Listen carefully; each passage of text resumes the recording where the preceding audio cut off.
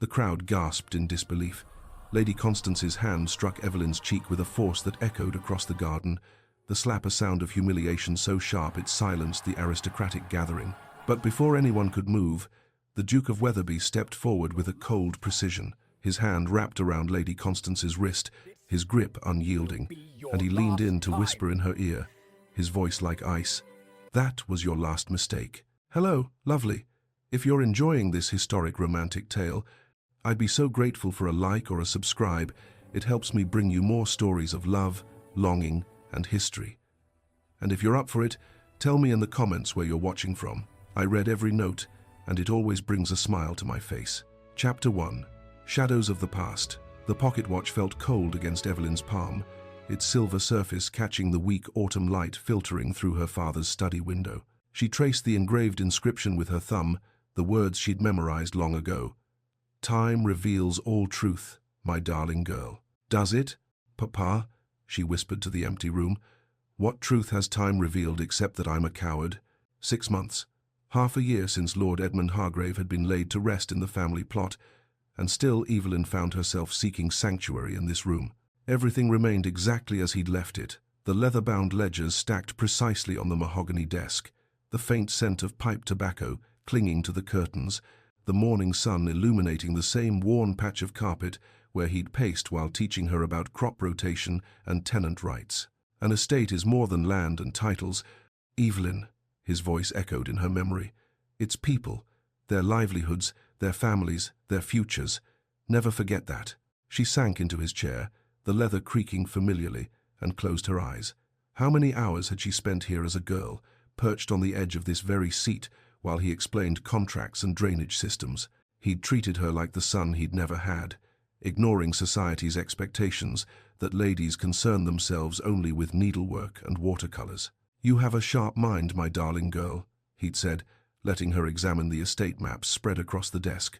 "Sharper than most men I know. Don't let anyone convince you otherwise. A sharp mind.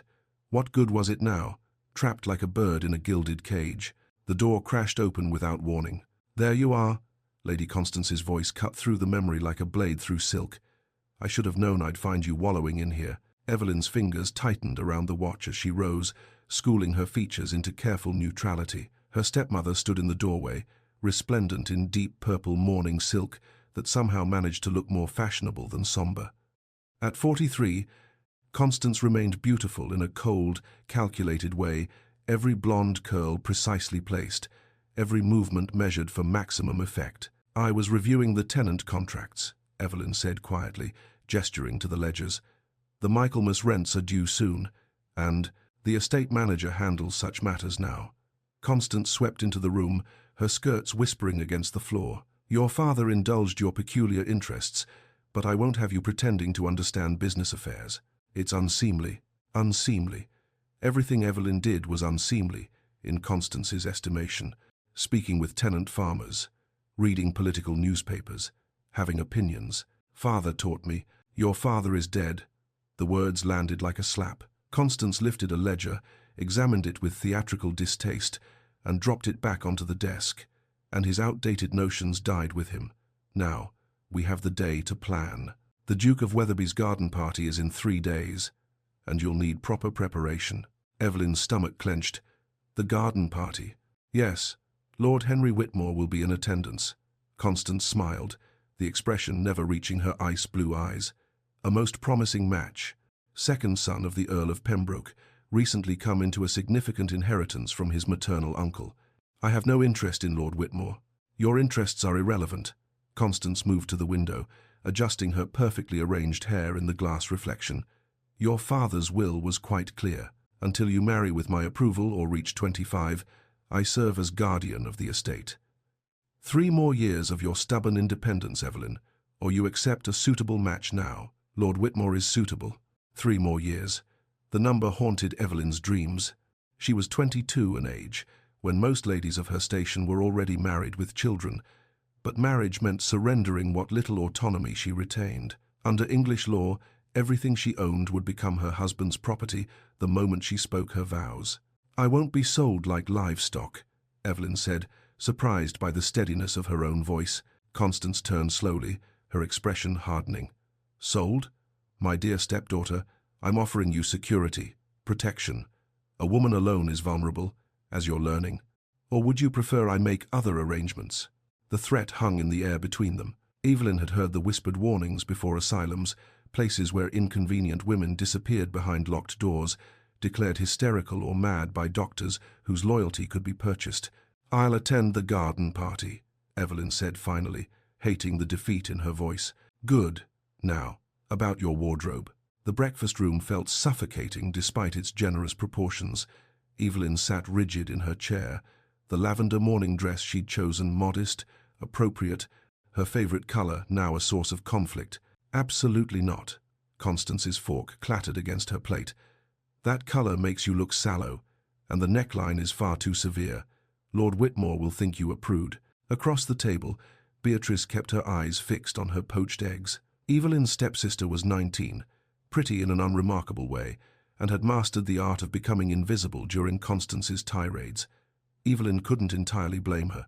Beatrice had grown up under Constance's thumb. She knew no other way. The dress is perfectly appropriate, Evelyn said carefully. I'll determine what's appropriate in my household. Constance dabbed her lips with her napkin, the gesture somehow conveying contempt. You'll wear the rose silk tomorrow, and the cream day dress to the garden party, the one with the lower neckline. Mother, Beatrice ventured quietly, the lavender is quite becoming. Did I ask for your opinion? Constance's gaze swiveled to her daughter. Beatrice shrank back, color flooding her cheeks. No? Then kindly keep your thoughts to yourself. Evelyn's jaw tightened. This was how it always went. Constance, wielding cruelty like a conductor's baton, orchestrating their misery with practiced precision. Your posture, Evelyn. Constance's attention returned like a hawk spotting prey. You slouch like a scullery maid, and must you butter your toast so vigorously? A lady takes delicate bites. Small, refined. Small, refined, invisible. Evelyn set down her knife, her appetite vanishing. I received a letter yesterday, Constance continued, producing an envelope from her sleeve like a magician revealing a trick. From Mr. Blackwell, your father's former solicitor. He seems to have questions about certain estate transactions. Ice water flooded Evelyn's veins. What transactions? Nothing that concerns you. I've handled everything perfectly legally. But something flickered in Constance's expression, uncertainty perhaps, or calculation. However, his interference is tiresome. I've dismissed him and retained Mr. Thaddeus Pike instead, a much more understanding gentleman. Evelyn's hands clenched in her lap. Mr. Blackwell had been her father's solicitor for 20 years, a man of impeccable integrity. His questions likely meant he'd discovered something wrong with how Constance was managing the estate. You can't simply dismiss. I can do whatever I please. Constance's smile was razor-sharp. I'm the guardian, remember? Every decision, every signature, every sale, all perfectly within my rights, until you marry or reach your majority. So you see, my dear, cooperation benefits us both. Defy me, and I'll ensure those 3 years feel like 30. The threat was clear. Constance had already sold the North pasture land to a neighbor at half its value. She'd dismissed Mrs. Fletcher, the housekeeper who'd been with the family since before Evelyn was born. She'd replaced experienced tenant farmers with cheaper labor, ignoring their family's welfare, and Evelyn was powerless to stop any of it. I've also taken the liberty of reviewing your correspondence. Constance produced another letter, this one in Evelyn's handwriting. A letter to Lady Margaret Ashford, the Duke of Wetherby's eccentric aunt? Planning to appeal to her for assistance, were we? Shame and fury warred in Evelyn's chest. She'd written that letter in desperation 3 weeks ago, hoping Lady Margaret, known for her independent spirit and political connections, might offer guidance. She'd never had the courage to send it. I thought not. Constance tore the letter in half, then quarters, letting the pieces flutter to the table like snow. You have no allies, Evelyn, no champions. Your father's friends have their own concerns, and society has no patience for difficult young women. Marry Lord Whitmore, and this unpleasantness ends. Refuse, and I'll make your life a study in misery. She rose, smoothing her skirts. You'll spend this morning practicing your watercolors. Lord Whitmore appreciates artistic accomplishment in a wife, and do something about your hair, those curls are positively wild. The door closed behind her with decisive finality. Beatrice finally looked up, guilt swimming in her hazel eyes. Evelyn, don't. Evelyn's voice came out harsher than intended. Just don't. She couldn't bear sympathy, not from someone who watched it all happen and said nothing. Evening found Evelyn alone in her bedchamber, staring at her reflection in the dressing-table mirror. The face looking back seemed that of a stranger, pale, hollow-eyed, diminished. When had she become this one creature, this silent, obedient ghost haunting her own life? She pulled the pocket watch from beneath her pillow, where she'd hidden it from Constance's prying. The silver caught the candlelight, throwing dancing shadows across her hands. Time reveals all truth, my darling girl. What truth, Papa? She whispered. That I'm weak? That I can't protect what you built? That I'm failing you? But she knew her father would never think such things. He'd taught her to be strong, to think critically, to question authority when authority was wrong. The weakness wasn't in her nature, it was in her circumstances. The law that gave Constance power. The society that saw women as property to be managed rather than people with agency. 3 more years until she reached 25. 3 more years of watching Constance dismantle her father's legacy piece by piece. 3 more years of being controlled, criticized, diminished. Or she could marry Lord Whitmore, a man she'd met twice, whose eyes had assessed her like a horse at auction, calculating her worth in acres and annual income. Marriage would end Constance's guardianship, but it would only transfer control to another master. English law was brutally clear. A married woman owned nothing, not even herself. I can survive 3 more years, she told her reflection, trying to believe it. I have to. But as she clutched the watch against her heart, feeling its steady tick-tick-tick against her palm, Evelyn wondered if survival was enough, if there might be something more than merely enduring, something like actual freedom. She thought of the garden party in 3 days, the Duke of Wetherby's estate, with its legendary gardens and its reclusive host. Lord Whitmore would be there, already negotiating her future with Constance like she was a thoroughbred mare. 3 more years, she whispered again, but this time it sounded less like determination and more like a prayer. Outside her window, the autumn night pressed close, and somewhere in the darkness, a clock chimed the hour, time moving forward whether she willed it or not, revealing truths she wasn't certain she wanted to face. Chapter 2. The garden party begins. Alexander Ashford, Duke of Wetherby, stood on the stone terrace of his ancestral home and contemplated the particular brand of torture that was a garden party. Below him, carriages deposited their glittering cargo onto the curved drive, ladies in pastel silks, gentlemen in dark coats, all wearing the same practiced expressions of polite anticipation that characterized London society. He was 31 years old and had been attending such gatherings since he could walk. One would think familiarity might breed tolerance, if not affection. Instead, it had only sharpened his distaste. "You're doing your statue impression again," James Worthington observed, joining him at the balustrade. Alexander's estate manager and closest friend carried 2 glasses of champagne, offering one with a knowing smile. "The guests will think you've been petrified by Medusa." "One can hope." Alexander accepted the glass but didn't drink. "How many have arrived?" 73 and counting. The Pemberton sisters are laying siege to the refreshment table. Lady Hartwick is already spreading gossip about the Thornbury scandal. Lord Breslin appears to be 3 sheets to the wind, despite it being barely past noon.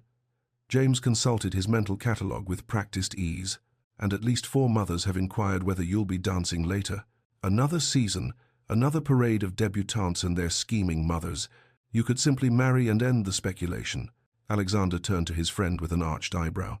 "I could also throw myself into the Thames, but I prefer to avoid both."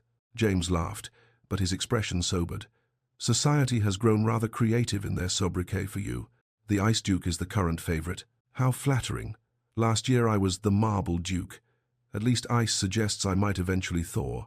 Alexander's tone was dry, but the nickname stung more than he cared to admit. Not cruel, he'd never been deliberately unkind, simply distant, exact in his expectations, impossible to charm because charm itself felt like manipulation. 6 years.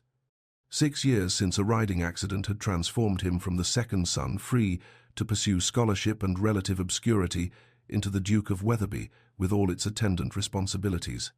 His older brother, Thomas, had been everything a duke should be.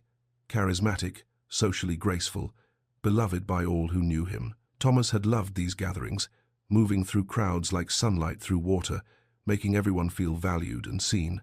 Alexander's gaze drifted to the gardens below, precisely manicured hedges forming geometric patterns around beds of late-season roses. Thomas had commissioned this design in the year before his death, working with the head gardener to create something both beautiful and mathematically harmonious. "You think too much, Alex," Thomas had said, sketching garden plans by candlelight. "Not everything requires analysis. Sometimes you simply feel." But feeling had died with Thomas on a muddy road in Hertfordshire. What remained was duty, obligation, and the grinding machinery of an estate that employed 200 souls and influenced the livelihoods of thousands more. Alexander had inherited the title, but not his brother's ease with people. He managed Wetherby with competence and precision, but without joy. "The Marchioness of Eldridge is holding court by the fountain," James noted, pulling Alexander from his reverie. "I believe she's brought her niece. Again. The girl who speaks only in superlatives. Everything is either utterly divine or positively dreadful." "The very same." Alexander observed the arriving guests with a practiced eye. Lord Hamilton, perpetually one bad investment from debtor's prison. The Mrs. Thornbury, desperate to secure husbands before their father's fortune evaporated. Mr. Geoffrey Wade, whose political ambitions exceeded his intelligence by a considerable margin. He could write their scripts before they opened their mouths. The careful compliments about Wetherby's grounds, the subtle inquiries about his availability, the calculated placement of eligible daughters in his line of sight. It was theatre, and he'd grown weary of performing his assigned role. Then the Hargrave carriage arrived. Alexander's attention sharpened involuntarily. The black lacquered vehicle bore the Hargrave coat of arms, a stag rampant, though the gold leaf had faded since he'd last seen it. That would have been at Edmund Hargrave's funeral 6 months prior, where Alexander had stood in the rain watching a good man laid to rest far too young. Edmund had been a friend, or as close to one as Alexander's position typically allowed. They'd met during a parliamentary session 5 years ago, discovering a shared interest in agricultural reform. Edmund had possessed that rare quality of speaking to Alexander as a person rather than a title, offering advice during those first overwhelming months of Alexander's unexpected dukedom. "The hardest part," Edmund had said over brandy one evening, "is balancing what you want with what's required. But remember, you're a man first, Duke second. Don't lose yourself in the role." Easy advice to give, considerably harder to follow. The carriage door opened, and Lady Constance Hargrave emerged first, all calculated grace and fashionable mourning attire that somehow managed to look more stylish than somber. Alexander had met her twice, both times finding her as appealing as a snake in silk. Beautiful, certainly, but cold, watchful, a woman who viewed every interaction as a transaction. Then came Lady Evelyn. Alexander straightened despite himself. He'd last seen Edmund's daughter at the funeral, a pale figure in black, silent and hollow-eyed with grief. Edmund had spoken of her constantly, pride evident in every word. "Brilliant girl, my Evelyn, sharp as any Oxford scholar. We've been reviewing the estate contracts together. She understands land management better than most men I know." But the woman descending from the carriage bore little resemblance to Edmund's descriptions. She moved with grace. Yes, her posture perfect, her steps measured, but something was profoundly wrong. Her eyes remained downcast, fixed on the ground rather than taking in Wetherby's famous gardens. Her dove-grey dress was expensive but severe, draining colour from her complexion. She held herself with the rigid control of a person braced for impact. Lady Constance's hand closed around Evelyn's elbow, possessive and controlling. Even from this distance, Alexander could see the older woman's smile, all teeth and false warmth as she greeted other guests. "That's not right," Alexander murmured. "What isn't?" James followed his gaze. "Lady Evelyn," Edmund said. She was curious, spirited, laughed like sunlight. Alexander's jaw tightened. "That woman looks like a ghost." He watched them cross the lawn, Lady Constance steering Evelyn with the practiced control of a jailer escorting a prisoner. They were heading directly toward Lord Henry Whitmore, who stood near the ornamental pond looking pleased with himself. Alexander knew Whitmore's reputation intimately, gambling debts at 3 separate clubs, 2 failed courtships when the ladies' families discovered his financial situation, currently desperate for an heiress to salvage his circumstances. The man was handsome enough, well connected through his father's title, but utterly without substance or integrity. "Surely Constance isn't attempting to match Lady Evelyn with Whitmore," James said, disapproval clear in his voice. "It would solve both their problems. Whitmore gets an inheritance. Constance secures her stepdaughter's future while maintaining influence. Alexander set down his untouched champagne. Edmund would be appalled. Before he quite realized he'd made the decision, Alexander was moving down the terrace steps toward the lawn.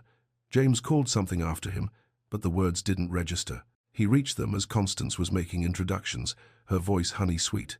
"Lord Whitmore, may I present my stepdaughter, Lady Evelyn Hargrave." Whitmore executed a perfect bow, his eyes conducting a calculating assessment. "Lady Evelyn, I was deeply sorry to hear of your father's passing. A gentleman of great distinction." Evelyn murmured something appropriate, her voice so quiet Alexander barely heard it. "Your Grace!"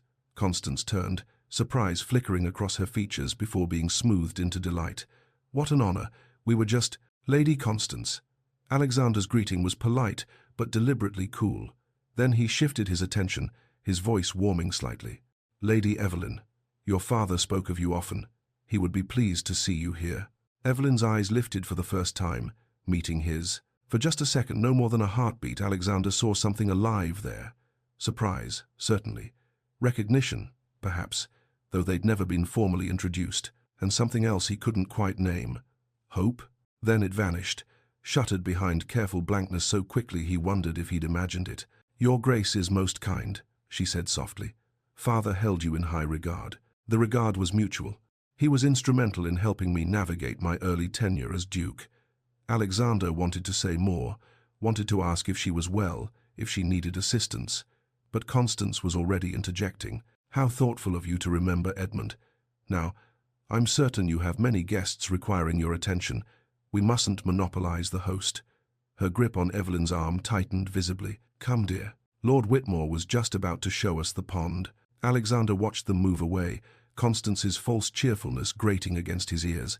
Evelyn walked with mechanical precision, and Alexander recognized the posture he'd worn it himself many times, the bearing of someone going through practiced motions while their mind screamed silent protest. He should return to his hosting duties.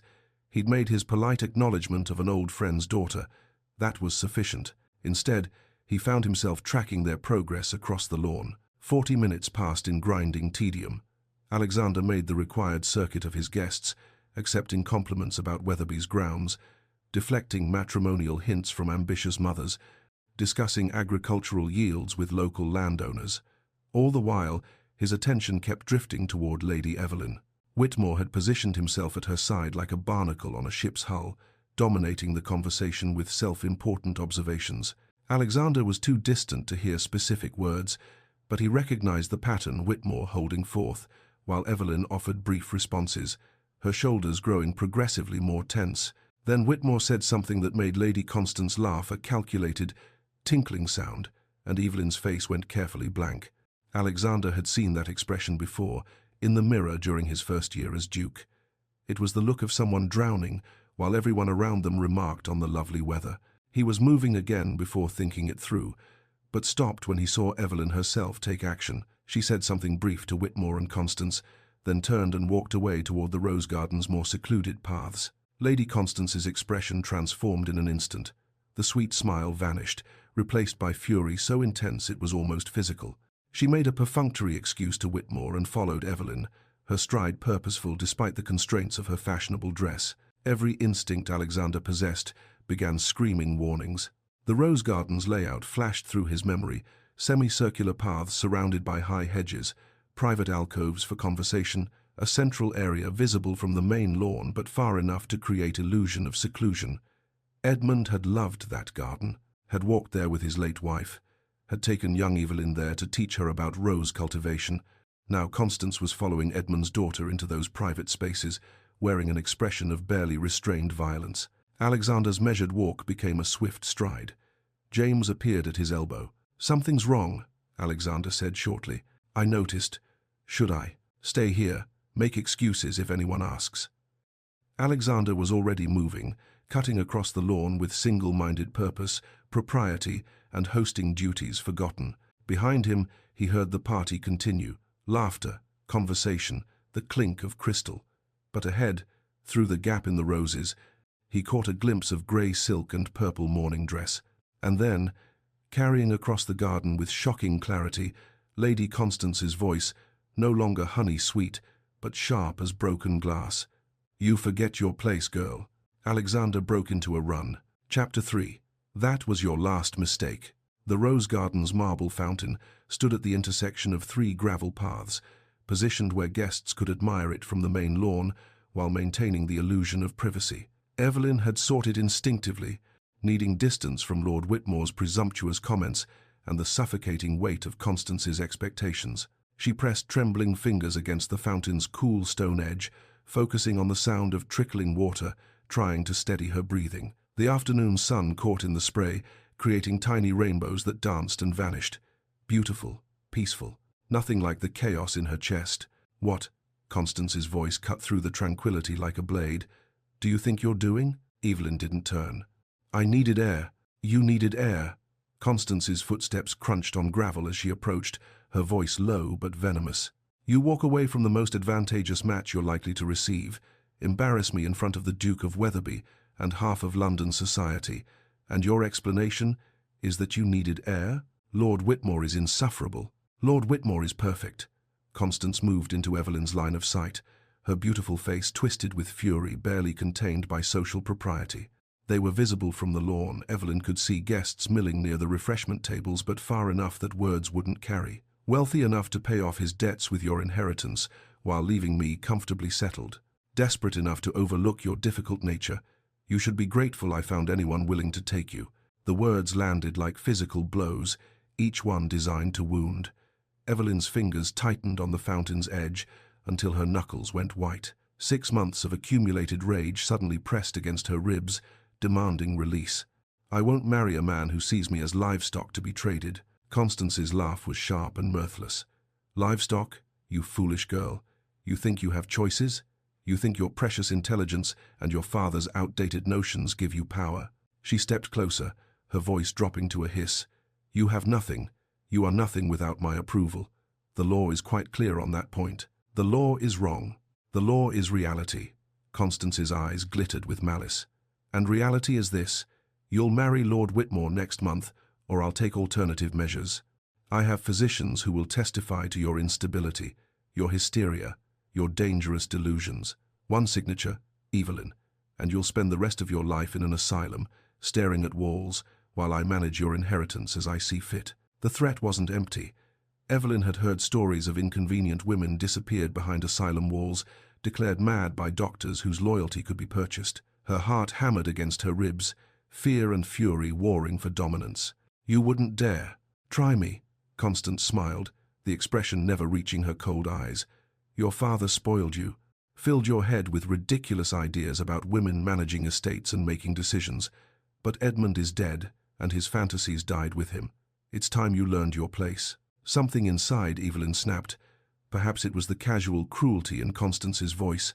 Perhaps it was the invocation of her father's name, like a weapon. Perhaps it was simply 6 months of accumulated grief and rage, finally finding their breaking point. "Father would be ashamed of what you've become." The words emerged steadier than Evelyn felt, each syllable weighted with truth. "He married you because he thought you'd be a companion after Mother died. He trusted you, and you've spent 6 months dismantling everything he built, selling off his legacy piece by piece, treating his daughter like property to be liquidated." Constance's face went white, then red. "How dare you?" "He would be ashamed," Evelyn repeated, her voice shaking but firm. "And I won't let you destroy what's left of his memory by marrying Lord Whitmore." The slap came without warning. The crack echoed across the garden like a gunshot, sharp and shocking in the genteel afternoon air. Pain exploded across Evelyn's cheek, hot and stinging. Her head snapped to the side from the force of it, and for a moment the world tilted sideways, roses blurring into sky. The fountain's spray suddenly too loud, her father's pocket watch chain cold against her throat where it had twisted with the impact. Time seemed to suspend itself. Evelyn registered details with crystalline clarity. The gasps from nearby guests who'd witnessed the strike, the way sound seemed to fade and then rush back in a wave, the metallic taste of blood where she'd bitten her tongue. Her hand rose slowly to her burning cheek, fingers trembling as they touched the place where Constance's palm had connected. Through watering eyes, she saw guests frozen in various attitudes of shock. Ladies with hands pressed to mouths, gentlemen half turned toward the commotion. Even the servants had stopped moving, creating a tableau of suspended animation. Constance stood before her, chest heaving, her carefully maintained mask of civility completely shattered. Rage contorted her features into something ugly and raw. "You forget your place, girl." She raised her hand again. Evelyn flinched, hating herself for the involuntary response, but unable to stop it. She braced for the second blow, closing her eyes. It never came. Instead, she heard a sharp intake of breath from Constance, followed by a voice so cold it seemed to lower the temperature of the entire garden. "That was your last mistake." Evelyn's eyes flew open. The Duke of Weatherby stood between her and Constance, his hand locked around her stepmother's wrist, stopping the descending slap mid-swing. His grip appeared almost casual, but Constance's face had gone pale, suggesting the strength behind it was anything but gentle. The crowd that had been forming at a distance suddenly pressed closer, drawn by the spectacle of a duke intervening in a family dispute. Evelyn could see their faces: shock, curiosity, gleeful scandal. The moment would be dissected in drawing rooms across London by evening. "Your Grace," Constance's voice emerged, strangled, her social instincts struggling to reassert control. "This is a family matter. The girl is hysterical, ungrateful. She needs discipline." "What she needs," Alexander interrupted, his voice carrying absolute authority despite its quiet delivery, "is protection from you." He released Constance's wrist with obvious distaste, then turned to Evelyn. His grey eyes softened fractionally as he took in her tear-stained face and trembling form. "Lady Evelyn, would you do me the honor of joining me for tea? I have matters to discuss regarding your father's estate." Evelyn opened her mouth, but no sound emerged. Her cheek throbbed, her mind spun. This couldn't be happening. Dukes didn't intervene in domestic disputes. They certainly didn't publicly challenge the guardians of young ladies, no matter the provocation. Before she could formulate a response, Alexander turned back to address the assembled crowd. His voice carried across the garden with absolute clarity, brooking no argument. "Lady Constance, you will leave my property immediately. Lady Evelyn is now under my protection.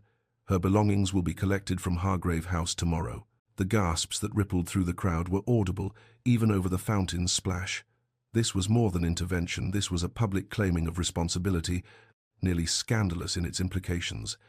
Evelyn felt the weight of dozens of eyes, heard the whispers beginning like wind through leaves. "You cannot simply—" Constance's composure cracked completely. "She's my stepdaughter. Legally, I am her guardian until she marries or reaches her majority. You have no right. My solicitor will contact you regarding the legality of your guardianship."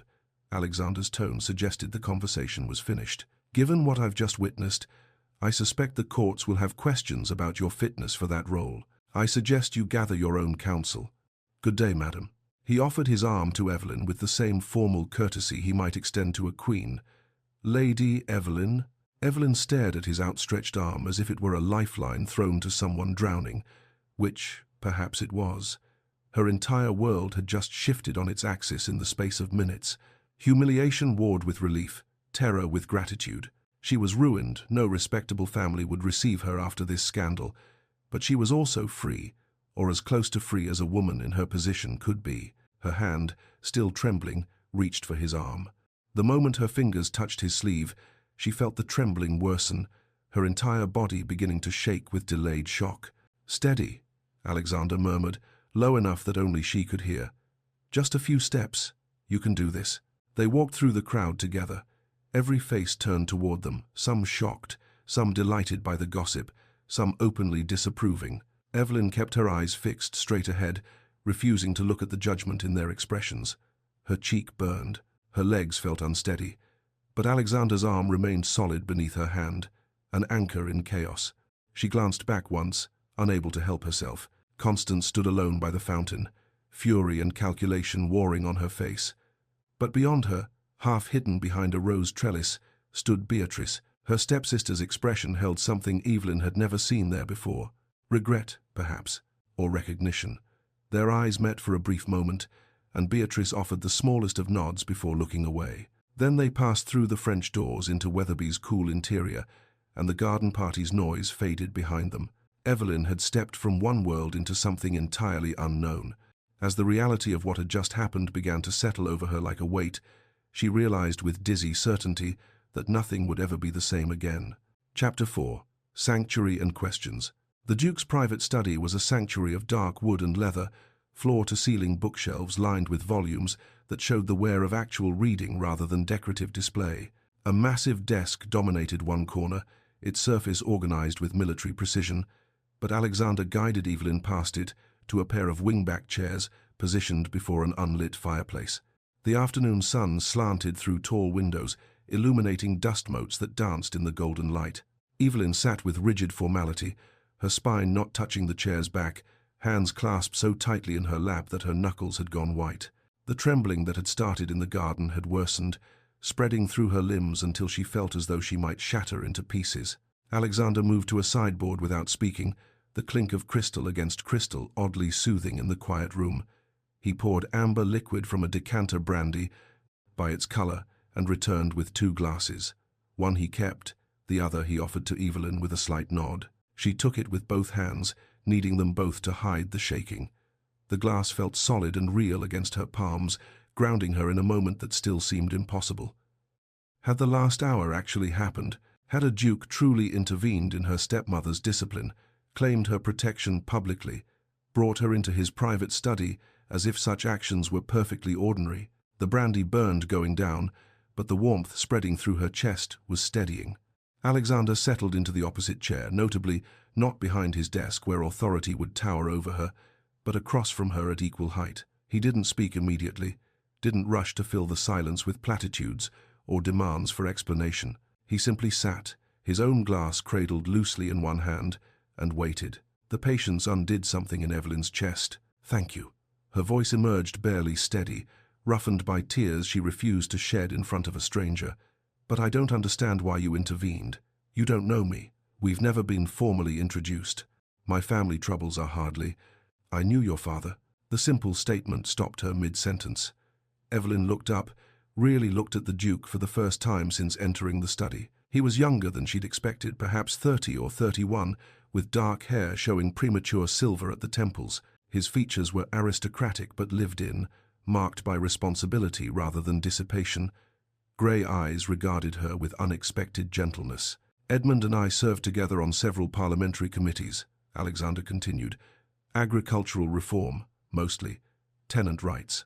He had radical ideas about estate management, treating farmers as partners rather than subjects. I was new to my title, drowning in obligations I'd never expected to inherit. Your father," he paused, something like grief flickering across his features. "He helped me navigate those early days, offered advice without condescension, treated me as a man rather than merely a duke." Evelyn's throat tightened. She could picture it perfectly, her father, with his gentle wisdom, his instinct for seeing the person behind the title. "He spoke of you constantly," Alexander said, and now there was warmth in his voice.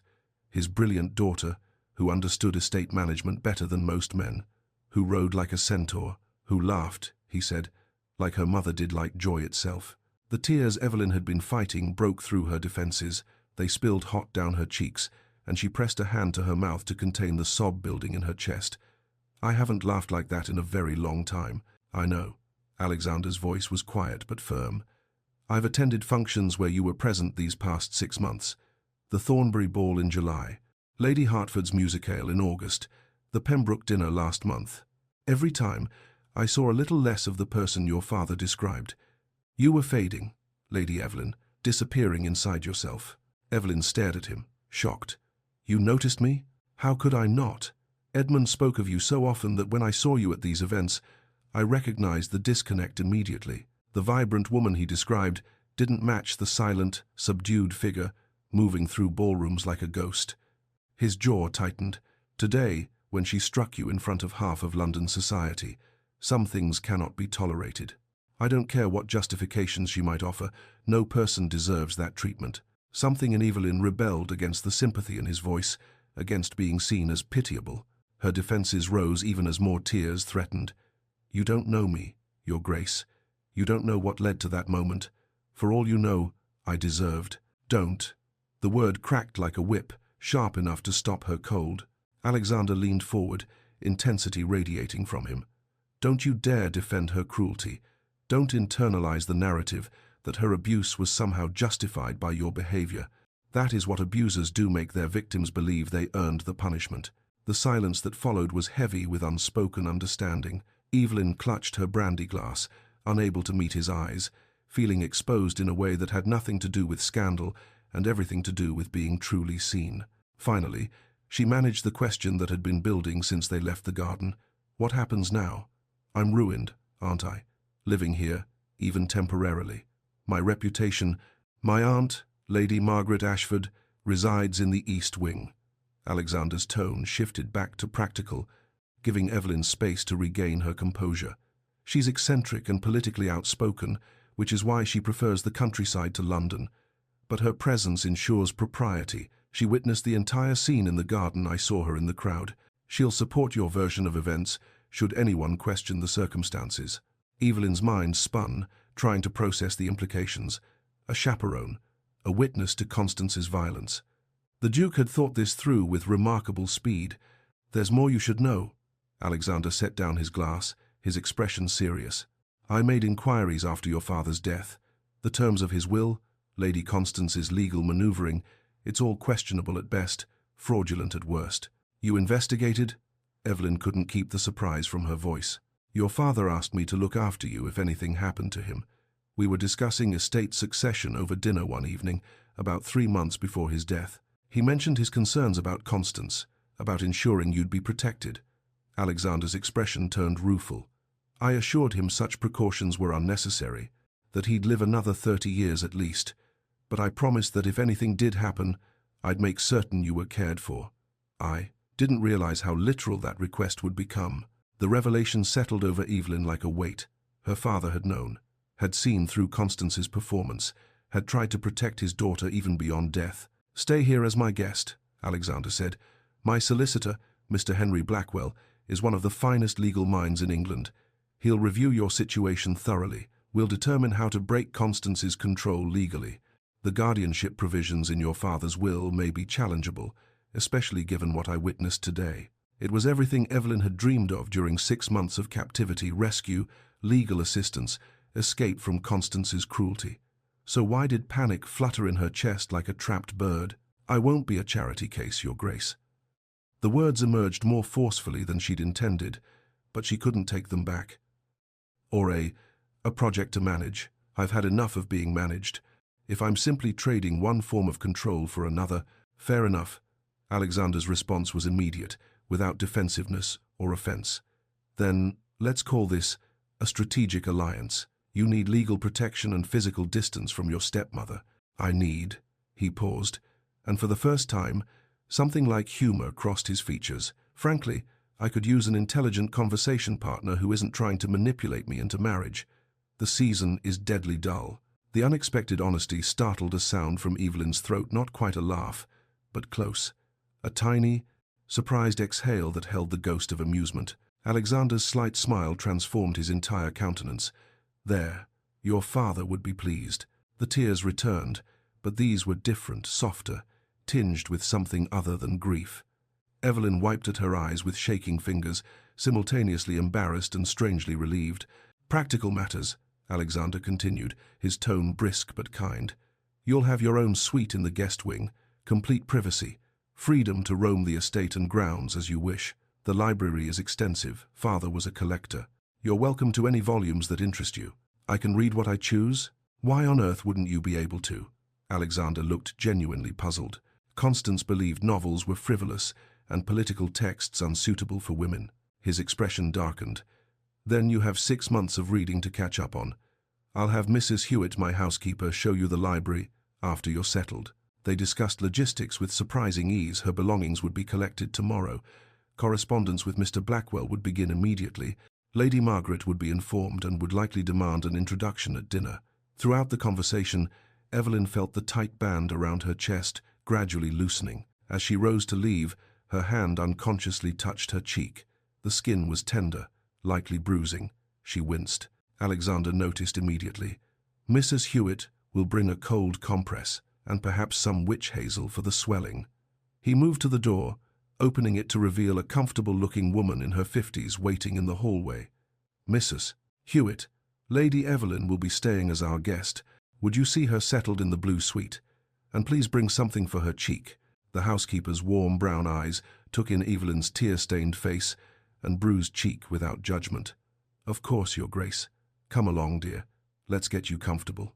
The guest suite was larger than Evelyn's room at Hargrave House, decorated in shades of blue and cream that caught the afternoon light. French doors opened onto a small balcony overlooking the gardens, the same gardens where her world had shattered and reformed in the span of minutes. Mrs. Hewitt bustled about, opening curtains, checking that fresh water filled the washing basin, promising to return with the compress and some tea. Her kindness was so matter-of-fact, so different from the cold efficiency of Constance's servants, that Evelyn felt tears threatening again. When she was finally alone, Evelyn moved to the window, looking out over manicured lawns and geometric rose beds. From this height, she could see the marble fountain where Constance had struck her. Guests still milled about below, no doubt discussing the scandal in excited whispers.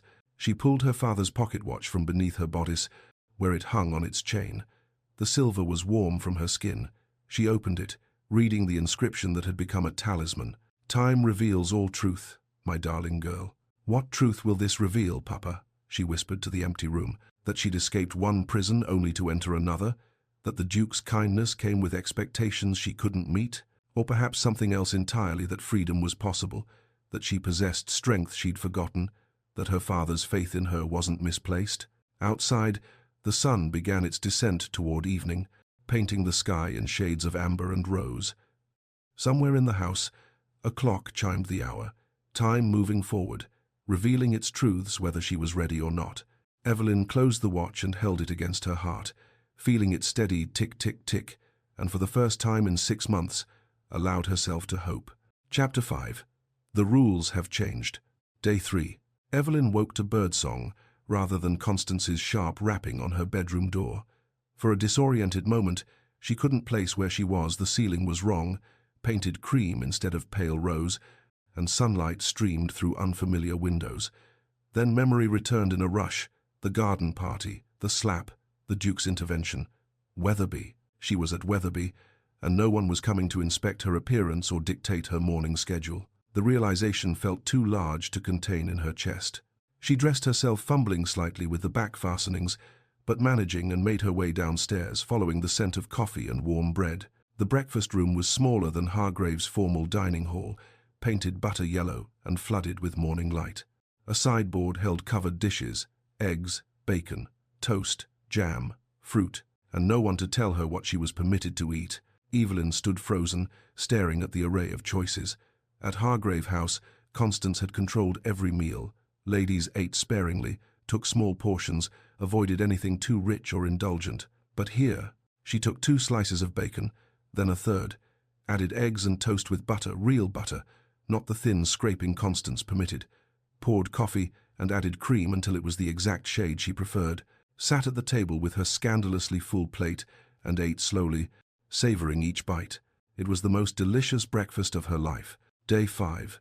The library was a cathedral of books, 3 stories tall, with a gallery running around the upper levels and wheeled ladders for reaching the highest shelves. Afternoon light poured through tall windows, illuminating thousands of leather spines in every color imaginable. Evelyn stood in the center, turning slowly, overwhelmed by the sheer abundance.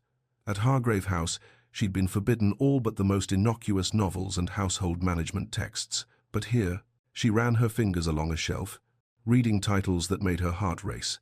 Political philosophy, scientific treatises, history volumes banned in Constance's household for being too advanced or unsuitable. Her hand trembled as she pulled out a copy of Mary Wollstonecraft's A Vindication of the Rights of Woman, a book she'd heard of but never dared request. Radical choice for a Tuesday afternoon. Evelyn spun, clutching the book to her chest. Alexander stood in the doorway, an amused smile softening his usually serious features. He'd shed his formal coat, working in shirt sleeves and waistcoat like a man comfortable in his own home. "I'm sorry, I didn't mean to presume." "You're welcome to any book in this library," he interrupted gently. "That's what they're for, reading, not decorating." He crossed to where she stood, examining the shelf she'd been perusing. "Wollstonecraft. My mother was fond of her work, scandalous in her time, of course, but Mother said the scandal was proof she'd struck a nerve." "Your mother sounds remarkable." She was. Something sad crossed his features. She died when I was 12. Influenza. But she left her mark on this library. Most of the political philosophy is her collection. They fell into conversation then, moving from Wollstonecraft to other philosophers, discovering a shared fascination with how ideas shaped societies. When Alexander mentioned the Tudor period, Evelyn's enthusiasm got the better of her caution. Catherine of Aragon was the true political genius of that marriage, she argued, her eyes bright with passion. She'd been trained since childhood in statecraft. She served as regent, while Henry was fighting in France successfully, I might add. Her political acumen far exceeded his. But without Thomas Cromwell's administrative reforms, England's break with Rome would have been chaos. Alexander leaned against the desk, clearly enjoying himself. He transformed the entire governmental structure, created the modern bureaucratic state, by destroying monasteries and displacing thousands of people dependent on monastic charity, by ending corruption and redirecting resources to more efficient uses. They argued for an hour, voices rising with enthusiasm, neither giving ground.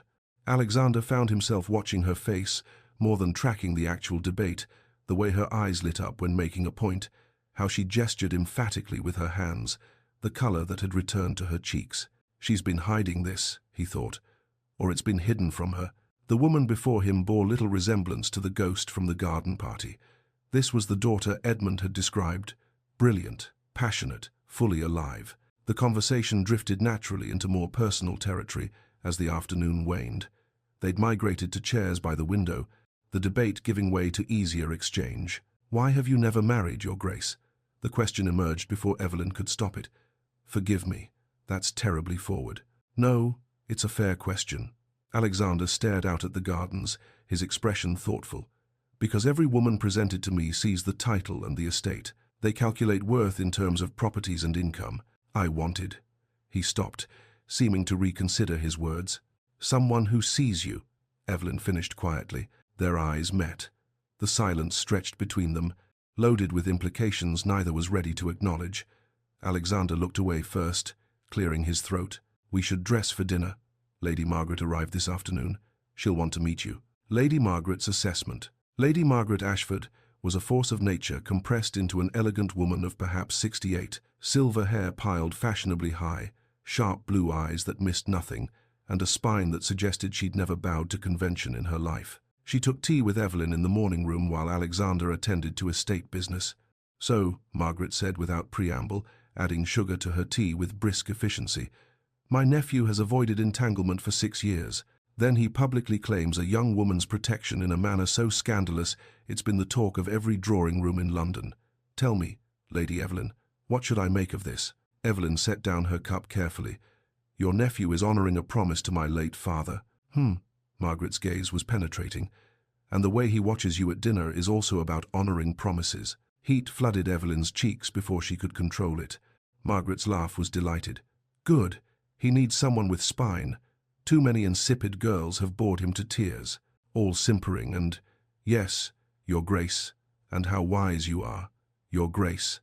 Nauseating." She leaned forward conspiratorially. "But you should know, London will be vicious about this. The gossips are sharpening their knives as we speak. Are you prepared?" Evelyn thought of Constance's cruelty, the 6 months of systematic dismantling of her spirit. Lady Constance was vicious too. "I survived her."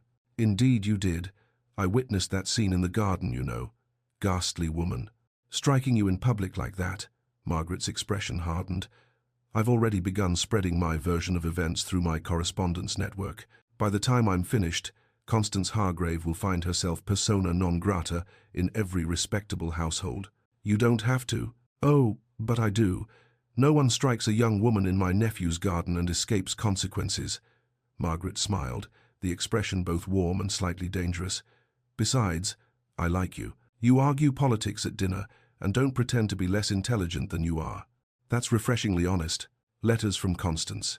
The letters began arriving on the 10th day. Alexander's butler, Morrison, brought them to Evelyn in the library where she'd been reading, his expression carefully neutral, but his disapproval evident in the stiff way he held the envelope. The first was bad enough. Constance demanding Evelyn's immediate return, threatening legal action, claiming impropriety. The second was worse, filled with detailed accusations about Evelyn's abandoned behavior. and predictions of social ruin. But the third letter made Evelyn's hands shake. You think the Duke wants you for yourself? He pities you, nothing more. A charity project to assuage his guilt over your father's death. When he tires of your presence, and he will, you'll be ruined and alone. No respectable man will have you. You'll have nothing. Come home now, and I'll consider forgiving this foolishness. Defy me further, and I'll ensure your destruction is complete. Evelyn tried to hide the letter when Alexander entered the library, but her distress must have shown on her face. What's wrong? He crossed to her immediately. Nothing, just correspondence. Evelyn. His use of her first name was deliberate, gentle. Show me. She handed over all 3 letters, watching his expression darken as he read. The fury that crossed his features was cold and controlled, somehow more intimidating than rage would have been. She's desperate, he said finally. That makes her dangerous but also careless. He looked at Evelyn, his grey eyes intense. You know none of this is true? The things she's claiming about my motivations? Evelyn wanted to believe him, but doubt poisoned her certainty. How can I know? I've been here less than 2 weeks. Perhaps she's right. Perhaps I'm simply a duty you've undertaken. No. Alexander caught her hand, the first time he'd deliberately touched her since that day in the garden. His grip was warm and solid. You are not a duty. You are not a charity case. You are a guest in my home because I respect your father's memory and because...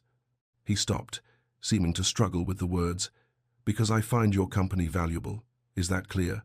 Evelyn nodded, not trusting her voice. I'm summoning Mr. Blackwell tomorrow. We'll address Constance's claims legally and permanently. He released her hand, though something in his expression suggested he'd rather not. In the meantime, ignore these letters. She's trying to manipulate you. Don't let her. Evening in the garden. Dusk painted the rose garden in shades of amber and violet. Alexander and Evelyn walked the gravel paths together, their conversation having evolved over 2 weeks from careful courtesy to genuine ease. Tell me about your plans for Hargrave, Alexander said. When you regain control. Evelyn's face lit up. Modernize the tenant farms. Implement crop rotation. Father and I designed a system before he died. Improve housing. The cottages need repair, but Constance refused to authorize spending. And I want to establish a school for the tenant children. Basic literacy and mathematics. Alexander listened intently, asking questions that demonstrated real interest rather than polite attention. They discussed drainage systems and livestock breeding, agricultural innovation and social responsibility. The conversation flowed naturally into more personal territory. Who are you, Lady Evelyn, when no one is controlling you? The question stopped her mid-step. She looked at him in the fading light. This man who'd become unexpectedly important in such a short time. I don't know, she admitted. I'm discovering that now. It's terrifying and exhilarating. Perhaps that's the most important journey, Alexander said quietly. Discovering who you are outside others' expectations. You've done that, haven't you? Defied expectations. His laugh was self-deprecating. I've avoided them. That's different from defying them. Perhaps less brave. They'd stopped walking. In the dimming light, they stood close enough that Evelyn could see the silver threading through his dark hair, the fine lines at the corners of his eyes. The awareness between them felt almost physical, charged, inevitable, terrifying. I should go in, Evelyn said, her voice barely above a whisper. It's getting dark. Alexander let her go, though every instinct screamed to reach for her, to close the distance between them. Of course. Good night, Lady Evelyn. Evelyn, she corrected softly. Just Evelyn. He watched her disappear into the house, his hands clenched at his sides. Later that night, Evelyn sat at the writing desk in her room, staring at her reflection in the darkened window. Her father's pocket watch lay open beside her, its steady ticking a comfort in the quiet. I could love him, she thought. I might already, but how do I know it's real and not just gratitude, not just safety? In his study 3 floors below, Alexander poured whiskey he didn't drink and stared at the fire. This wasn't supposed to happen. Protecting her, yes, honoring Edmund's request. But this is dangerous. Neither slept well that night, both acutely aware that something had shifted, something that couldn't easily be shifted back. Chapter 6. Constance's Gambit.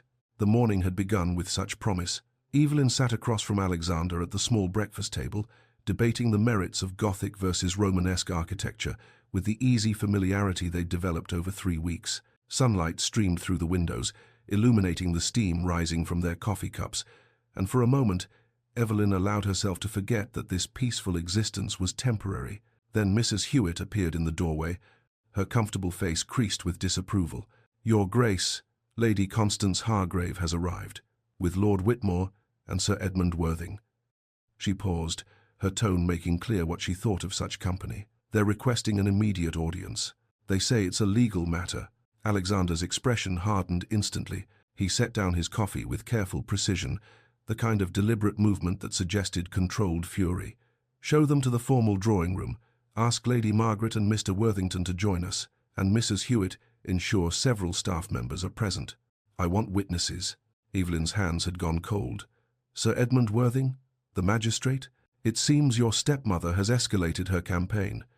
Alexander's voice was calm, but his eyes blazed. "Are you prepared for this?" "No," every instinct screamed. "Run, hide, let someone else fight this battle." But Evelyn thought of the past 3 weeks, the books she'd read, the rides she'd taken, the person she'd been rediscovering. She thought of her father's pocket watch and its inscription, "Time reveals all truth." Perhaps it was time to reveal hers. "Yes," she said, rising.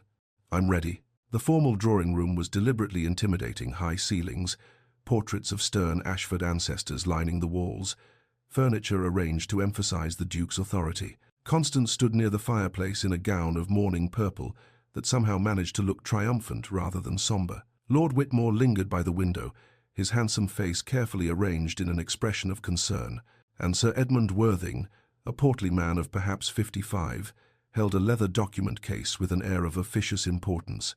Lady Margaret entered behind Evelyn and Alexander, taking a seat with the regal bearing of someone who'd attended court presentations. James Worthington, Alexander's estate manager, positioned himself near the door.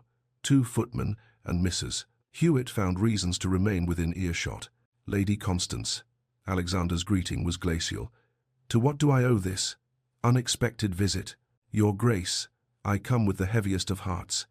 Constance's voice trembled with what might have been genuine emotion if one didn't know her. "My stepdaughter's welfare is my paramount concern. Recent events have made it clear that she requires specialized care I've been unable to provide." She nodded to Sir Edmund, who opened his document case with bureaucratic precision. "I have here," the magistrate began, "sworn testimony from Dr. Bartholomew Pike regarding Lady Evelyn Hargrave's mental condition. The doctor has documented several episodes of hysteria, irrational behavior, and concerning instability over the past 6 months." Evelyn felt the room tilt sideways. She gripped the back of a chair to steady herself. "Additionally," Constance added, her voice dripping false concern, "Lord Whitmore can attest to her erratic behavior at your own garden party. The poor dear is not well. She needs rest, medical supervision, protection from herself." She turned tearful eyes to Evelyn. "Come home, darling. Let me care for you properly." The performance was masterful. If Evelyn hadn't lived through 6 months of Constance's cruelty, she might have believed it herself.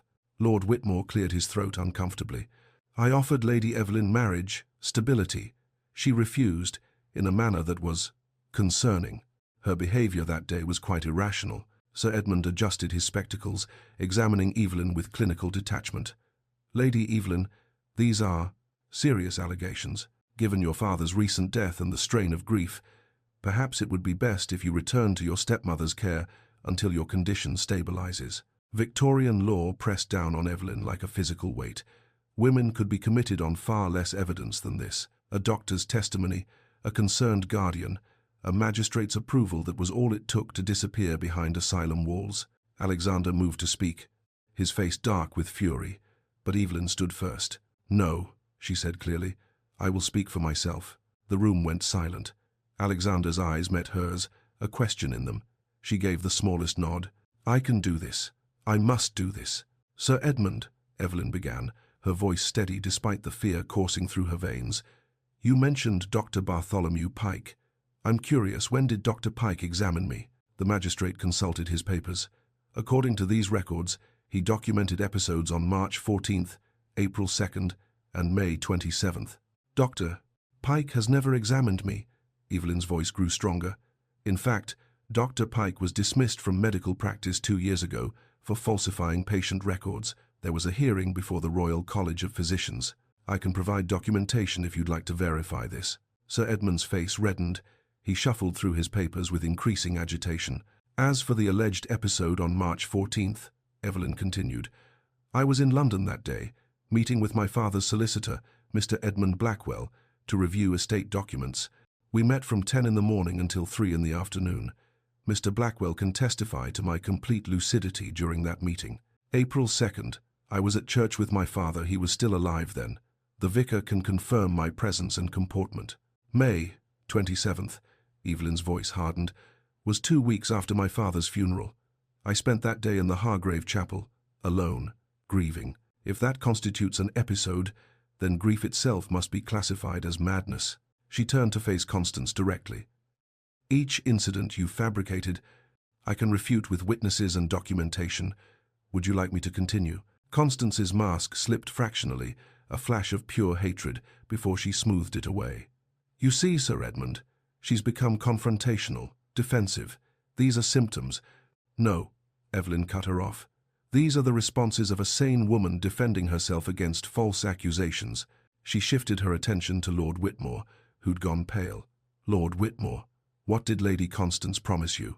Whitmore's mouth opened and closed soundlessly. Was it half my inheritance? Evelyn pressed. Or just enough to clear your gambling debts at White's? Be specific, please. I'm genuinely curious what price she put on my freedom. I don't. That's not, Whitmore stammered, his face flushing crimson. Evelyn reached into her reticule and produced a folded letter. This is correspondence between Lady Constance and Lord Whitmore, dated 3 weeks before the garden party. In it, they discussed terms of a marriage arrangement. Specifically, Lord Whitmore would receive £40,000 upon our marriage, enough to satisfy his creditors, while Lady Constance would maintain control of the remainder of my inheritance through her guidance of her new son-in-law. She held the letter out to Sir Edmund. I obtained this from a maid, Lady Constance dismissed from Hargrave House for the crime of treating me with kindness. The woman kept it as insurance. The room erupted. Constance's composure shattered completely. You little, how dare you? How dare I what? Evelyn's voice rose. How dare I defend myself against fraud? Against being sold like property? Against false imprisonment? The drawing-room doors opened, and a distinguished gentleman in his 60s entered, carrying an even larger document case. Alexander's solicitor, Mr. Henry Blackwell, surveyed the scene with sharp eyes that missed nothing. Your Grace, my apologies for the delay. The documentation took longer to compile than expected. He nodded politely to the room. Sir Edmund, Lady Constance, how fortuitous that you're all here. Blackwell opened his case with deliberate precision, removing several thick folders. I've spent the past 3 weeks investigating Lady Constance's management of the Hargrave estate. The findings are illuminating. He addressed Sir Edmund directly, magistrate to magistrate. Lady Constance has sold 3 parcels of estate land without proper authorization. She forged Lady Evelyn's signature on documents transferring control of tenant rents to her personal accounts. She dismissed the estate's longtime solicitor, myself, and replaced him with Mr. Thaddeus Pike, who coincidentally is Dr. Bartholomew Pike's brother. This is preposterous, Constance tried to interject. I have bank records, Blackwell continued implacably. Forged signatures examined by handwriting experts, testimony from dismissed servants. Lady Constance has embezzled approximately £80,000 from the Hargrave estate over the past 6 months. The sum was staggering. Even Sir Edmund looked shocked. Furthermore, Blackwell added, I have evidence that Lady Constance attempted to have Lady Evelyn's entire inheritance transferred to her personal control, bypassing the terms of Lord Hargrave's will entirely. This constitutes fraud on a significant scale. Constance's face had gone from red to white to mottled purple. Cornered, she did what cornered animals do, she lashed out with her last weapon. Even if this is all true, and I dispute every word, she's still ruined. Constance's voice rose to a near shriek. Living here unchaperoned with the Duke, her reputation is destroyed. No respectable man will have her. She'll be a social pariah. The threat hung in the air, and Evelyn felt its weight. In Victorian society, reputation was everything for a woman. Constance was right about that, at least. Alexander's voice cut through the tension like a blade. Lady Evelyn has been chaperoned by my aunt, Lady Margaret Ashford, who resides in the East Wing. Propriety has been maintained at all times. Lady Margaret rose, her aristocratic bearing making even Constance look shabby by comparison. Indeed. I've been in residence since the day after that disgraceful scene in the garden. I witnessed your assault on Lady Evelyn, Constance. I've documented her exemplary behavior since. Anyone questioning this young woman's virtue will answer to me personally, and I assure you, my social connections make yours look rather provincial, Alexander continued, his voice cold as winter frost. Moreover, Sir Edmund, I suggest you carefully review your association with Lady Constance. Her false testimony today, her fraudulent documents, her attempt to have a sane woman committed these constitute attempted fraud against a peer of the realm. I trust you'll want to distance yourself from such actions. Sir Edmund had gone the colour of old parchment. He gathered his papers with trembling hands. Lady Constance, these are grave accusations against you. Very grave indeed. I shall need to investigate this matter thoroughly. He turned to Evelyn, his earlier condescension replaced by uncomfortable respect. Lady Evelyn, you appear perfectly sound of mind. Remarkably so, under the circumstances. I see no reason for any intervention whatsoever. To Alexander, Your Grace, I apologize profusely for this intrusion. I was misinformed about the situation. See that you inform your colleagues about the actual facts, Alexander said icily. Mr. Blackwell will be filing complaints with the Court of Chancery regarding Lady Constance's financial crimes. I suggest she retain competent counsel. Constance stood trembling with impotent rage. This isn't over. It is. Alexander's voice carried absolute finality. Leave my property.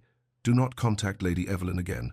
Any communication will go through Mr. Blackwell. If you set foot on Wetherby land again, I'll have you arrested for trespassing. Lord Whitmore had already fled, his shame evident in his hunched shoulders. Sir Edmund bowed his way out with profuse apologies. Constance stood alone, her schemes in ruins around her. She looked at Evelyn one last time, and for a moment, naked hatred showed in her eyes. Then she turned and swept from the room with what little dignity remained to her. The drawing-room emptied slowly, servants departing, James escorting Mr. Blackwell to review documents, Sir Edmund practically fleeing. Finally, only Evelyn, Alexander, and Lady Margaret remained. Evelyn stood rigid, every muscle locked, processing what had just happened. She'd faced down her greatest fear, stood up to Constance with witnesses. One. Then her body remembered how to move, and she began trembling violently. Not from fear, from the adrenaline crash, from relief so profound it felt like drowning. Tears spilled down her cheeks, and she pressed a hand to her mouth to contain the sob building in her chest.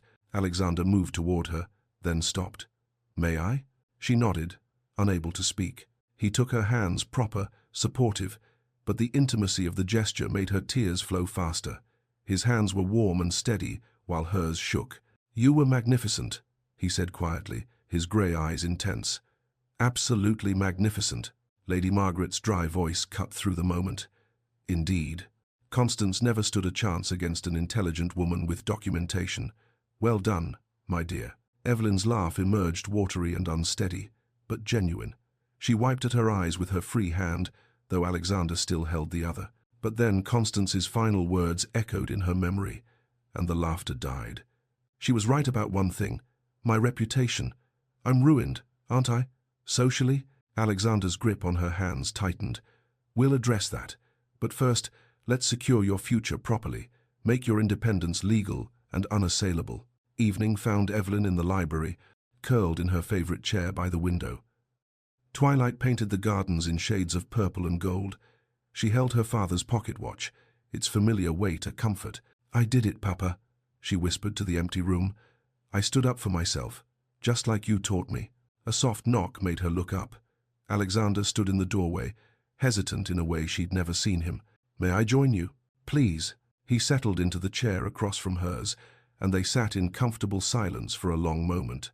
The quiet between them had changed over 3 weeks from awkward to easy, from careful to companionable. Finally, Alexander spoke. There's something I need to discuss with you, about your future. Evelyn's heart stumbled in her chest. My future? Yes. He leaned forward, his expression serious. We need to talk about what happens next. Chapter 7. The Proposal. 2 days after Constance's defeat, Evelyn found herself in a peculiar limbo. Her stepmother was gone, vanquished legally and socially. Her future stretched before her, uncharted and terrifying in its openness. Yet something felt unfinished, suspended, like a breath held too long. Alexander had been distant since the confrontation, polite at meals, cordial when they passed in hallways, but the easy companionship they'd built over 3 weeks had evaporated. He no longer sought her company in the library. He made excuses when she suggested walks. His chair at dinner sat farther from hers than it once had, as if he'd deliberately repositioned the furniture. Evelyn told herself she understood. She'd brought scandal to his household, complicated his orderly life, dragged him into legal battles with her family. Of course, he regretted his intervention. Of course, he was counting the days until propriety allowed him to send her home with relief. The logic was sound. The ache in her chest suggested otherwise.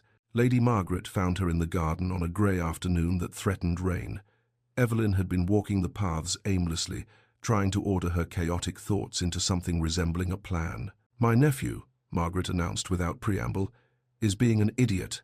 Evelyn turned, startled. "I beg your pardon?" "Alexander, an idiot." Margaret settled onto a stone bench with the air of someone preparing for a lengthy conversation. "Come, sit. We need to talk." Evelyn obeyed, bewildered. "Has something happened?" "Nothing has happened, which is precisely the problem." Margaret fixed her with those sharp blue eyes. "He's in love with you, dear. Terrified of it, but in love nonetheless. And rather than behaving like a rational adult, he's avoiding you like a schoolboy with his first infatuation." The words hit Evelyn like a physical blow. "That's not he can't be." "Oh, but he is. I've known that boy since he was in leading strings. I've never seen him look at anyone the way he looks at you when he thinks no one's watching." Margaret's expression softened slightly. "The question is, what do you feel?" Evelyn's hands twisted in her lap. "I don't know. Gratitude, certainly. He saved me from Constance, gave me sanctuary, helped me find my strength again. And attraction, I'd be lying if I denied that. But how do I separate gratitude from genuine feeling? How do I know I'm not simply clinging to my rescuer?" "You think love is always clear?" Margaret laughed, but not unkindly. "It's messy, complicated, inconvenient. But answer me this. When you imagine your future, truly imagine it, is he in it?" The question pierced through Evelyn's careful defenses. She closed her eyes, picturing the years ahead, managing Hargrave estate, implementing her father's plans, building the school she dreamed of, and in every image, Alexander was there, not hovering or controlling, but beside her, discussing crop rotation, debating philosophy, laughing at her terrible puns. "Yes," she whispered, "but I need to know I can stand alone before I choose to stand with someone. Does that make sense?" Margaret's smile was approving. "Perfect sense. Smart girl. Tell him that." "Tell him what?" "That I might love him, but I'm not sure." "That sounds honest." Margaret rose, patting Evelyn's shoulder. "Tell him exactly what you told me. The boy needs to hear it." In his study, Alexander stared at the same contract he'd been attempting to read for the past hour. The words blurred together, meaningless. His mind was elsewhere, in the library where Evelyn sat reading, in the garden where she walked, in every space of Weatherby that had become inexplicably brighter with her presence. "You're going to lose her if you don't act." Alexander looked up to find James Worthington leaning against the doorframe, arms crossed, wearing an expression of exasperation. "I don't know what you mean," Alexander said, returning his attention to the contract he wasn't reading. "Don't insult my intelligence." James crossed to the desk. "You've been avoiding her for 2 days. She thinks you regret helping her, that you want her gone. I'm giving her space. You're being a coward." James's tone was blunt. "You care for her. It's written all over your face every time she enters a room. But you're so terrified she might say yes out of obligation that you're ensuring she'll leave without knowing how you feel." Alexander set down the contract. "What if she does say yes out of gratitude, out of thinking she has no other choice? I won't trap her in a marriage of obligation. Then give her a choice that requires neither obligation nor gratitude." James leaned forward. "Be honest. Lay out terms that ensure her freedom, and trust her intelligence enough to make her own decision." Evening brought clearing skies and golden light slanting through the rose garden. Alexander found Evelyn there, sitting on a bench in the section where they'd first really talked, far from the fountain where Constance had struck her. This was their space, filled with better memories. "May I join you?" Evelyn looked up. Surprise, and something else, hope, flickering across her features. "Of course." He sat, leaving careful distance between them. They were both silent for a long moment, the awkwardness of the past 2 days settling over them like fog. I need to say something, Alexander finally began, his voice unsteady in a way she'd never heard. And I need you to listen completely before you respond. Can you do that? Evelyn nodded, her heart hammering. When I intervened at the garden party, I told myself it was duty to your father, honor, the right thing to do. He stared at his hands. That wasn't the only reason. He forced himself to meet her eyes.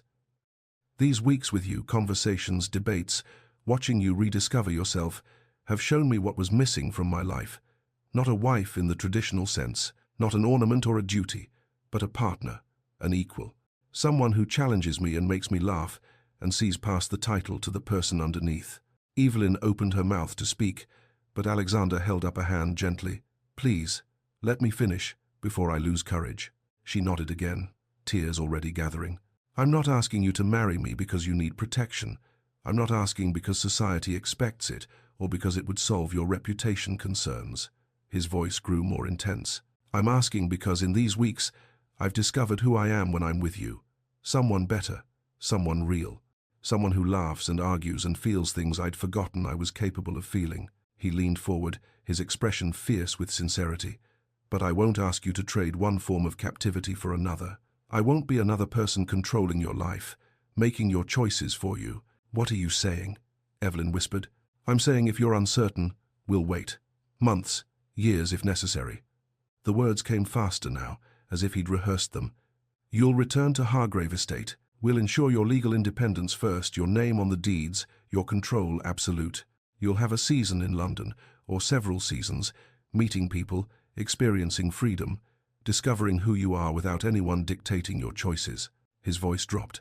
If, after you've lived independently, made your own choices, discovered who Lady Evelyn Hargrave truly is, if then you choose me, I'll know it's real. I'll know you're choosing me, not safety, not gratitude, me. The silence stretched between them, heavy with everything unspoken. And if I discover I don't want this? Evelyn asked, her voice breaking. Don't want us. Alexander's expression showed the pain that question cost him. Then I'll wish you joy and mean it. Tears spilled down Evelyn's cheeks. How can I know if what I feel is love or just the first kindness I've experienced in years? How can I trust my own heart when it's been so starved for affection? Alexander shifted closer but didn't touch her. Time, distance, perspective. That's how you'll know. Live your life. Build your dreams. If what you feel for me is real, it will survive the distance. If it's gratitude, it will fade when you're strong enough not to need anyone.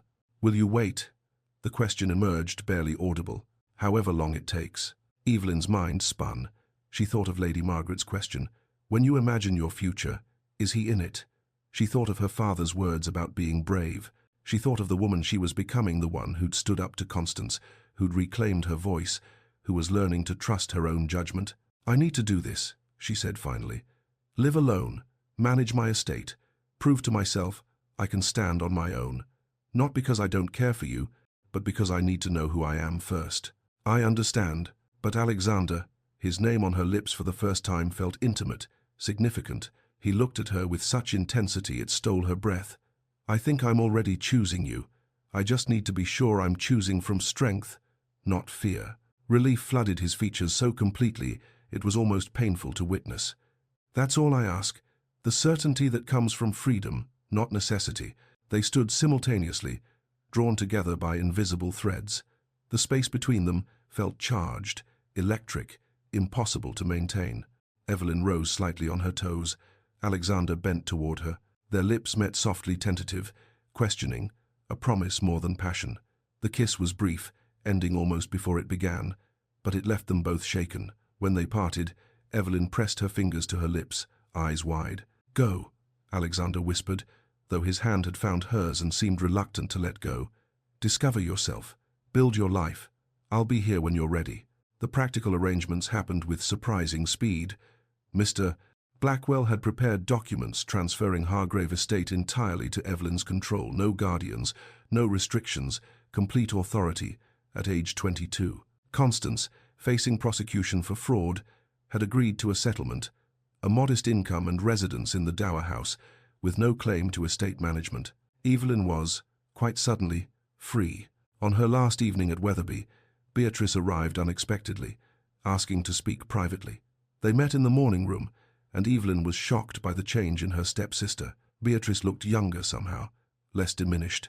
"I was a coward," Beatrice said without preamble. "I watched her hurt you and said nothing. I'm sorry." "You were trapped too," Evelyn replied gently. "I understand. I'm leaving her," Beatrice's voice strengthened. "Going to live with our aunt in Bath. Starting over, learning who I am without mother's voice in my head." Evelyn embraced her impulsively, and Beatrice returned it fiercely.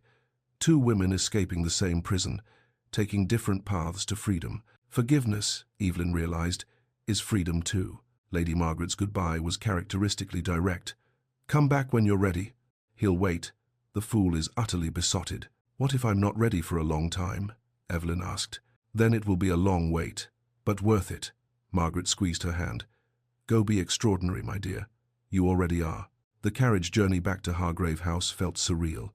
Evelyn clutched her father's pocket watch, its familiar weight grounding her.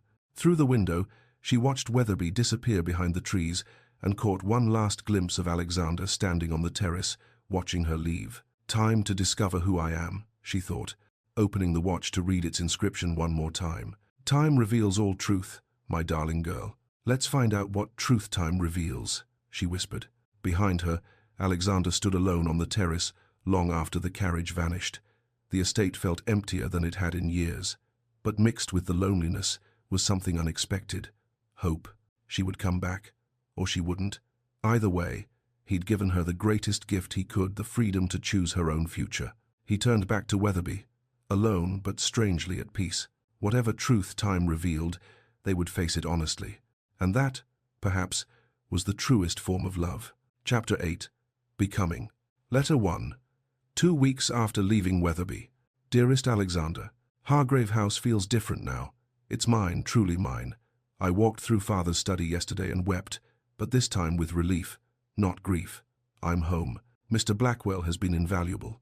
Every document, every deed, now bears my name alone. Constance tried to contest the settlement, but her solicitor convinced her she'd face criminal charges if she pursued it. She remains in the dower house, bitter and isolated. I should hate her, perhaps. Instead, I pity her.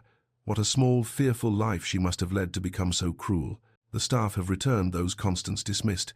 Their joy at coming home mirrors my own. Mrs. Fletcher, our old housekeeper, actually embraced me. "You look like yourself again, my lady," she said. "I'm not sure I knew who that was 6 months ago, but I'm discovering her now. I miss our debates about Tudor politics. I miss the library at Weatherby. I miss, well, that's enough confession for one letter. Yours in friendship, Evelyn." First month, reclaiming the estate. The September sun beat down on the south fields as Evelyn stood among her tenant farmers, her practical boots muddied and her hair escaping its pins. She'd called this meeting herself, asking, not ordering the farmers to share their concerns about the estate's management. Thomas Webb, a weathered man of perhaps 60 with hands like gnarled oak, spoke with the blunt honesty of someone who'd spent his life working the land. "Begging your pardon, Lady Evelyn, but the drainage in the low fields has been failing for 2 years now. Lady Constance wouldn't authorize repairs. We lose a quarter of the crop every spring to standing water." "Show me," Evelyn said simply. Webb blinked, surprised. "Show you, my lady? I can't fix what I don't understand. Show me the problem." They walked the fields together, Evelyn and a dozen farmers who'd expected a brief audience, not an inspection. She asked questions, took notes in a leather-bound journal, listened with the intensity her father had taught her.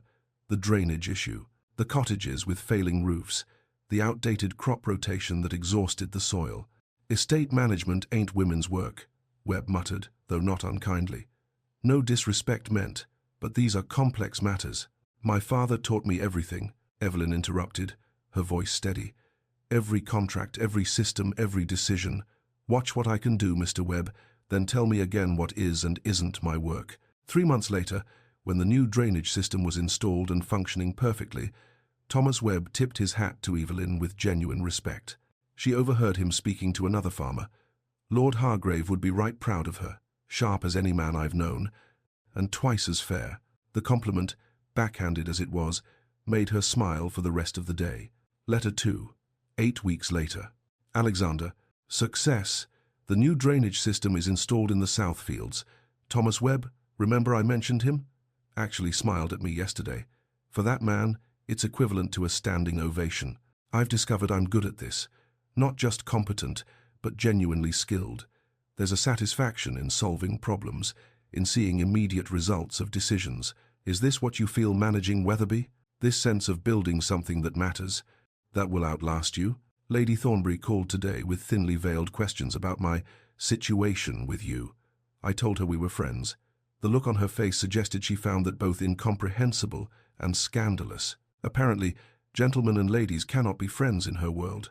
But we are friends, aren't we? Even if, there might be more. I attended my first London event last week, a small musical evening at Lady Hertford's. I wasn't sure how I'd be received, given the scandal. Some doors are closed to me now. The Pemberton sisters cut me directly, and Mrs. Wessex made a pointed comment about damaged reputations, but others have opened. I met several fascinating women. Mrs. Adelaide Thornton, a widow who runs her late husband's shipping company and speaks 5 languages. Miss Georgiana Hart, a blue-stocking who writes political essays under a male pseudonym, and Lady Catherine Pembroke, a baroness who advocates for education reform and women's property rights. They've invited me to join their circle. They call themselves the Society for Inconvenient Women. I like them immensely. We meet weekly to discuss everything from philosophy to politics to how we might change laws that treat us as property. Missing our conversations, though these letters help, Evelyn. 3 months, London season. The Hartwick Ball glittered with candlelight and jewels, London society in full display. Evelyn wore a gown of deep emerald silk, not the pale, insipid colours Constance had forced on her, but a rich shade that brought out the green in her eyes. She'd arrived with Mrs. Thornton and Miss Hart, her inconvenient women, providing both companionship and social armour. She danced. She conversed about agricultural policy with a member of Parliament who seemed genuinely surprised by her knowledge. She laughed at Sir James Thornton's terrible poetry, while privately thinking Alexander would have made better observations about the metaphor's structural flaws.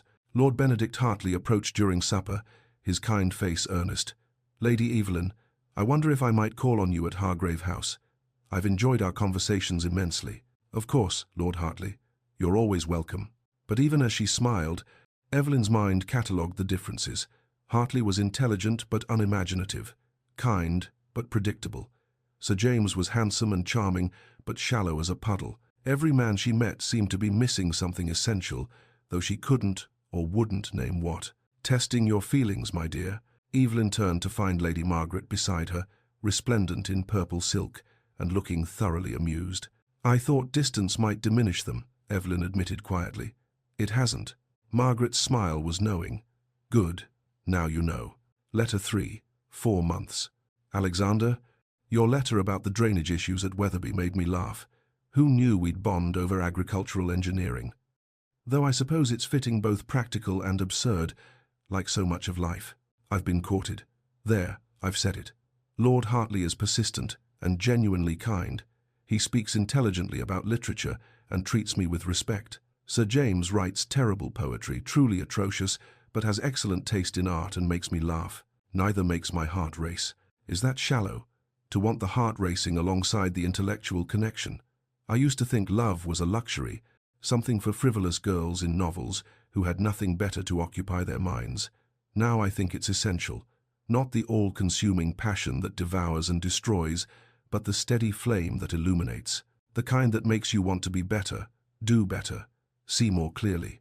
The Society for Inconvenient Women met at Hargrave House this week. We discussed property rights for married women. Did you know that upon marriage, everything I own, this estate, my inheritance, even the clothes on my back, would become my husband's property?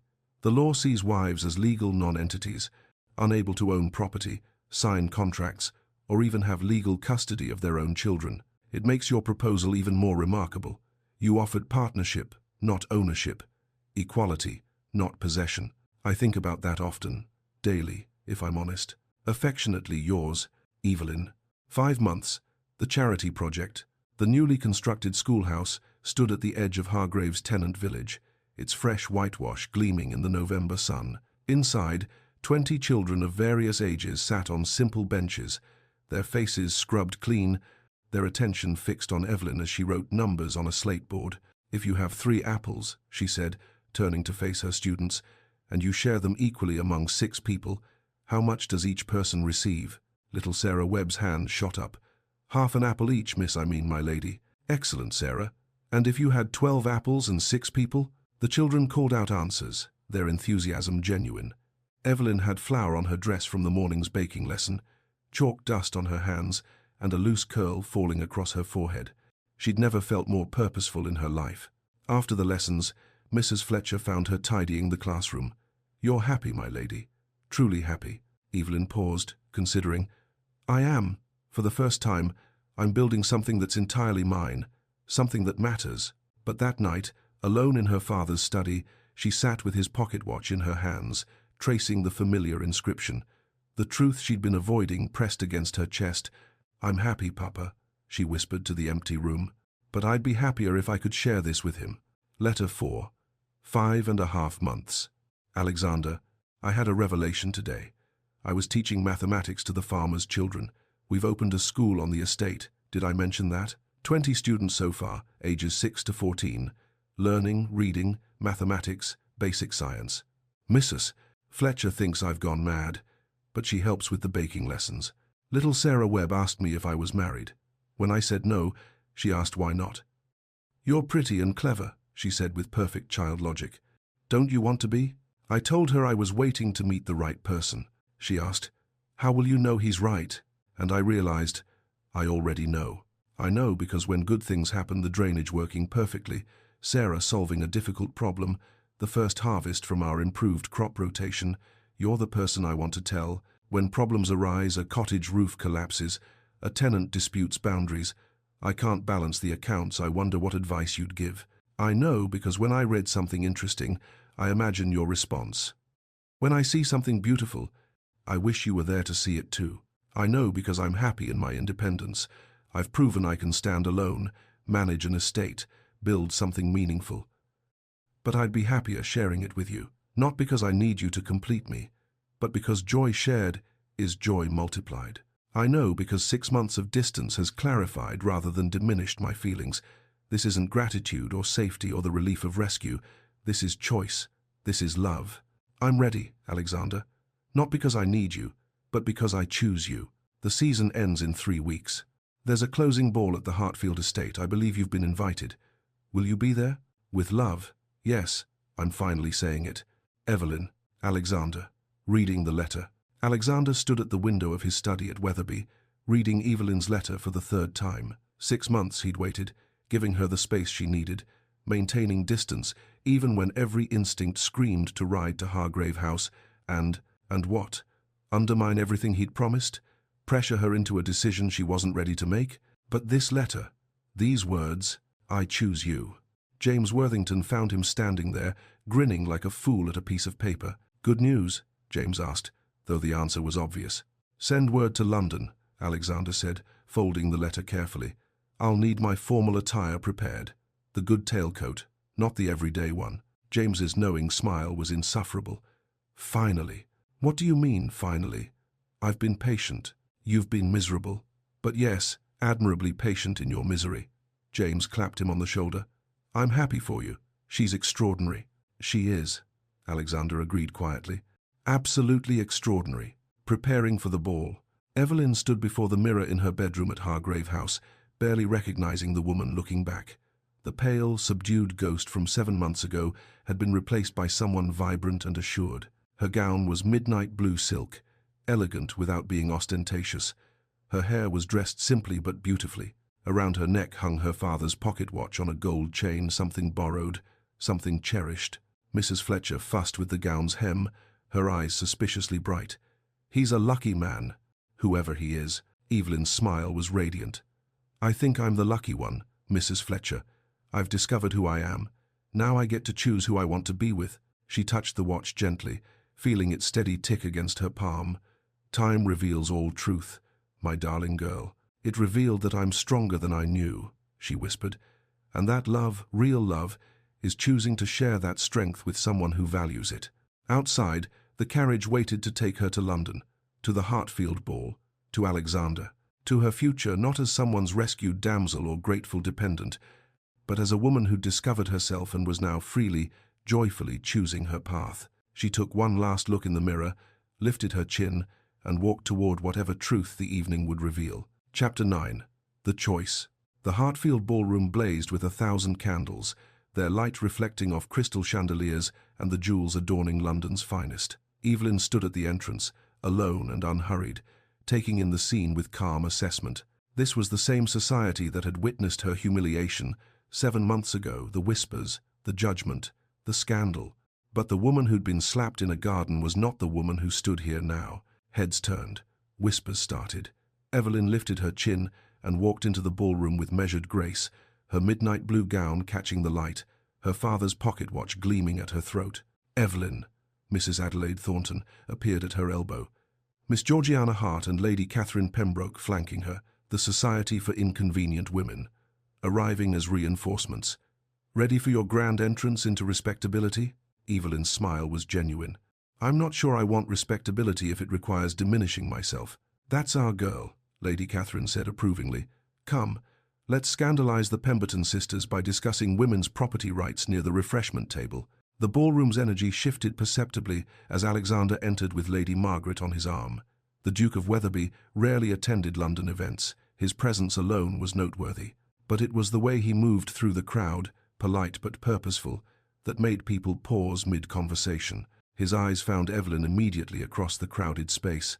The same charged awareness from 7 months ago arced between them, but transformed now, not desperate or uncertain, but deliberate, chosen. He didn't approach immediately, instead allowing her the space to set the pace, to make her own decisions about how this evening would unfold. Lady Margaret noticed, of course. He's being remarkably well behaved, she murmured to Evelyn during a passing moment. I threatened him quite thoroughly about respecting your autonomy. You didn't need to threaten him, Evelyn said softly. He already understands. I know, dear. But it was fun anyway. Lord Hartley approached as a waltz began, his kind face hopeful. Lady Evelyn, may I have this dance? She accepted his hand, and they moved into the familiar patterns of the dance. Hartley was an excellent dancer, attentive without being overbearing, and for 3 months he'd been nothing but respectful in his courtship. Lady Evelyn, he said as they turned, I wonder if I might speak plainly. I've always appreciated your plainness, Lord Hartley. You are everything I could want in a wife. Intelligent, capable, kind. You've accomplished extraordinary things with your estate. I would be honored, deeply honored, if you would consent to marry me. The proposal was traditional, respectful, exactly what many women would hope to receive. Evelyn felt genuine affection for him, but not love. Never love. Lord Hartley, you deserve someone who loves you without reservation, she said gently. I cannot be that person, but I'm honored by your regard, and I hope we can remain friends. Disappointment flickered across his features, but he managed a graceful smile. I suspected as much. Your heart is elsewhere. I think it is. Then he's a fortunate man. I wish you both joy. As the dance ended, Evelyn felt a weight lift. She could refuse without guilt, knowing her own heart, trusting her own judgment. The growth of 7 months crystallized in that moment. Alexander danced with Lady Thornbury, then Miss Hartfield, then Lady Wessex society, watching, speculating, whispering, but his attention kept drifting to where Evelyn stood, conversing with a member of Parliament about agricultural reform, her animation and confidence drawing a small crowd. They orbited each other throughout the evening like celestial bodies, aware of each other constantly, but maintaining their separate paths. Lady Margaret found Evelyn near the terrace doors. You're both being ridiculous. Just go talk to each other. I want him to ask me properly, in front of everyone, Evelyn said. No more shadows or speculation. If we're choosing this, let's choose it openly. Margaret's smile was fierce with approval. Bold. I like it. As midnight approached, Evelyn slipped onto the terrace for air. The November night was crisp, stars visible above the London haze. Music drifted from the ballroom, another waltz beginning, laughter and conversation blending into gentle noise. Lady Evelyn, she turned to find Alexander silhouetted in the doorway, backlit by the ballroom's glow. He looked uncertain, in a way she'd never seen him this powerful, assured Duke nervous as a schoolboy. You look radiant, he said, stepping onto the terrace. I feel it, she smiled, moving toward him. These 6 months, Alexander, they've been extraordinary. The estate is thriving. The school has 20 students now. I've made genuine friends, not just social acquaintances. I've discovered I'm good at things I never had the chance to try." He listened with that intense focus she'd missed, drinking in every word. "Are you going to ask me?" she said gently. "Or shall I ask you?" His surprised laugh was exactly what she needed to hear. "I've been planning this moment for months, and you're taking charge of it? Partnership means either of us can lead." Alexander took her hands, and Evelyn was aware they were visible from the ballroom, another public moment, another choice made in full view of society. "Evelyn, I've spent 6 months wondering if I made a terrible mistake letting you go." His voice was rough with emotion. "But reading your letters, seeing what you've accomplished, watching you tonight, commanding rooms, refusing proposals, being absolutely yourself, I know it was right. You needed to discover your strength. I needed to understand that loving you doesn't mean protecting you. It means trusting you." He drew a breath. "So I'm asking again, but differently. Not, will you marry me and let me take care of you, but will you marry me and build a life with me as equals? Will you argue with me about politics and beat me at chess and challenge my assumptions? Will you be my partner in every sense of the word?" Evelyn's response was immediate. "I will, not because I need you, but because you choose me," Alexander finished. "I know." Their kiss was witnessed by half the ballroom deeper than their first, a claiming and a promise, a public declaration that left no room for doubt or speculation. Gasps rippled through the crowd, followed by scattered applause from the Society for Inconvenient Women and Lady Margaret's distinctive "Finally." When they parted, both were breathless and grinning like fools. They walked back into the ballroom together, hands clasped, and Alexander addressed the room with ducal authority. "Lady Evelyn Hargrave has agreed to become my wife. I trust we have your support." It wasn't a question. It was a statement. Reactions were mixed, some scandalized, some delighted, some simply confused about what they'd just witnessed. But Evelyn stood tall beside Alexander, choosing her future openly, and discovered she didn't care what anyone thought. She'd found herself. She'd chosen love. And she was free. The chapel at Wetherby was intimate, filled with people who mattered. Evelyn wore cream silk and her father's pocket watch. They spoke vows they'd written themselves, promises of partnership, equality, mutual respect. Lady Margaret wept openly, shocking everyone who knew her. As sunlight caught the watch's inscription, "Time reveals all truth," Evelyn thought of how far she'd come. 6 months later, the library at Wetherby held both of them, working side by side on estate plans. Comfortable silence punctuated by spirited debate about crop rotation versus fallow periods. "You're wrong about the nitrogen levels," Evelyn said, laughing. "I'm the Duke. I can't be wrong. You absolutely can be. Look at these figures." He studied her calculations, then groaned. "Fine. You're right." She kissed him in victory. 1 year later, the combined estate meeting brought together farmers from both Hargrave and Wetherby. Evelyn presented modernization plans, while Alexander stood beside her, supportive but letting her lead. Thomas Webb muttered to another farmer, "The Duke's a lucky man. Got himself an equal, not an ornament." Evening painted the Wetherby gardens in gold and rose. Evelyn and Alexander walked together past the fountain where everything had changed. She read aloud from a book while he listened, occasionally interjecting observations. "Who would have thought a slap would lead to freedom?" Evelyn mused. Alexander's response was immediate. "Not freedom. You already had that inside you. Just the chance to claim it. And you?" His kiss to her forehead was tender. "The chance to choose love over duty. Best decision I ever made." They stood silhouetted against the sunset, equal partners, choosing each other daily, building a life neither could have imagined 7 months ago. Time had indeed revealed all truth. That strength comes from within, that love is choice, and that the greatest freedom is finding someone you choose to share it with, not because you must, but because you want to. And so, dear listeners, Evelyn discovered that true freedom isn't found in the absence of connection, but in the courage to choose it on your own terms. Sometimes the greatest love stories aren't about being saved, they're about saving yourself, then choosing to share that strength with someone who values it. If Evelyn and Alexander's journey touched your heart, please show your support by hitting that like button. It truly helps this channel grow and allows me to bring you more stories of love, courage, and second chances. I'd love to hear from you in the comments. Have you ever had to choose between safety and freedom, Or perhaps you've experienced a love that respected your independence rather than trying to control it. Share your thoughts below. I read every single comment, and your stories often inspire future tales.